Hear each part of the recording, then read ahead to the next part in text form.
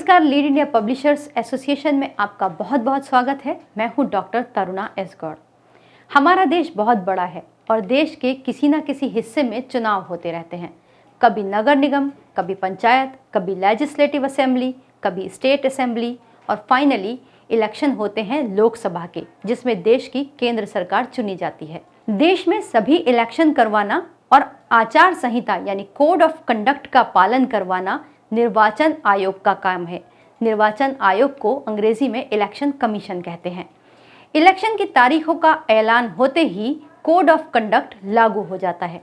अगर कोई जनप्रतिनिधि आचार संहिता का उल्लंघन करता है तो उस पर ये इलेक्शन कमीशन कार्रवाई करता है और ये सुनिश्चित करता है कि जितने भी ये रूल्स रेगुलेशंस हैं वो इलेक्शन के समय में उनका सख्ती से पालन कराए। तो कुछ सवालों के माध्यम से हम ये समझते हैं कि आदर्श आचार संहिता यानी मॉडल कोड ऑफ कंडक्ट जो कि इलेक्शन कमीशन लागू करता है वो क्या होती हैं। आदर्श आचार संहिता उन लोगों के लिए एक गाइडलाइंस है जो चुनाव लड़ रहे हैं, चाहे वो किसी दल से जुड़े हो या इंडिपेंडेंट हो यानी कि निर्दलीय।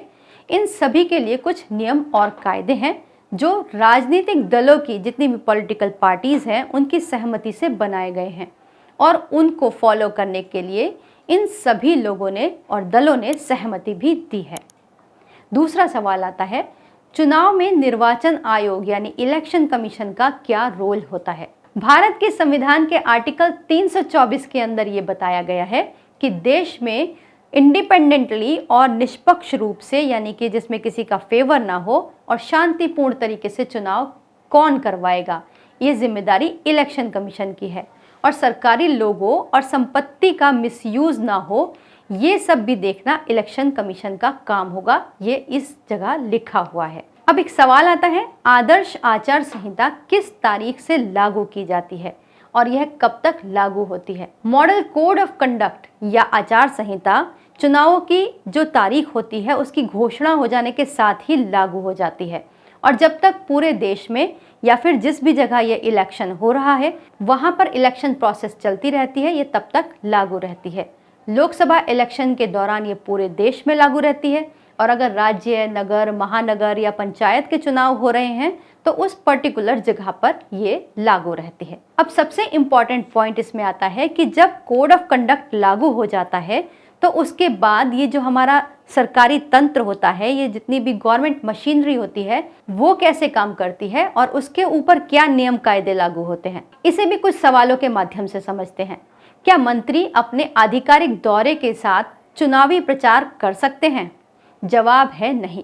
कोई भी मंत्री अपने आधिकारिक दौरे को चुनाव प्रचार के लिए इस्तेमाल नहीं कर सकता, ना ही इलेक्शन कैंपेन के लिए किसी सरकारी तंत्र या एम्प्लॉय का इस्तेमाल कर सकता है और ना ही किसी अन्य चीज़ का, जैसे डाक बंगले हैं, गाड़ी हैं, जीप हैं या फिर गेस्ट हाउस है, इन सब का इस्तेमाल नहीं किया जा सकता।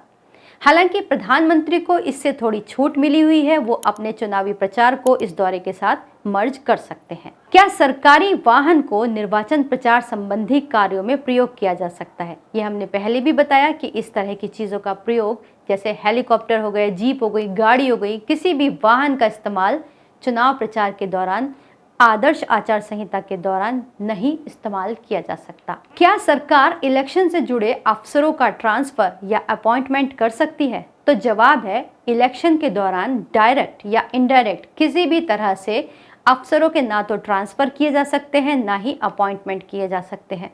अगर ऐसा करना बहुत ज़रूरी हो तो पहले इलेक्शन कमीशन की लिखित में परमिशन ली जाती है, उसके बाद ये सब किया जाता है। लेकिन कई बार ऐसा भी होता है कि कुछ ट्रांसफर्स या अपॉइंटमेंट्स हो जाते हैं तो उसके बाद में आचार संहिता लागू होती है तो उन नियुक्तियों या फिर ट्रांसफर्स को होल्ड कर दिया जाता है, उनकी यथास्थिति वैसे ही रहती है और कोड ऑफ कंडक्ट खत्म होने के बाद उसे लागू किया जाता है। तो ये थे सरकारी मशीनरी को लेकर कुछ सवाल, लेकिन इसके आगे बहुत सारे महत्वपूर्ण सवाल हैं। जब आप लोग कवरेज करने के लिए जाते हैं तो उसके जवाब में आपको ये सब पता होना बहुत ज़रूरी है। अगले वीडियो में हम आपको बताएंगे कि जो सरकारी योजनाएं हैं जैसे मनरेगा है, आवास योजनाएं हैं या फिर रोजगार गारंटी कार्यक्रम है, इन सब योजनाओं पर ये कोड ऑफ कंडक्ट कैसे काम करता है या फिर ये जनप्रतिनिधियों का और सरकारी अफसरों का इसमें क्या रोल होता है। ये बहुत महत्वपूर्ण होगा, तो ज़रूर देखिएगा ये वीडियो।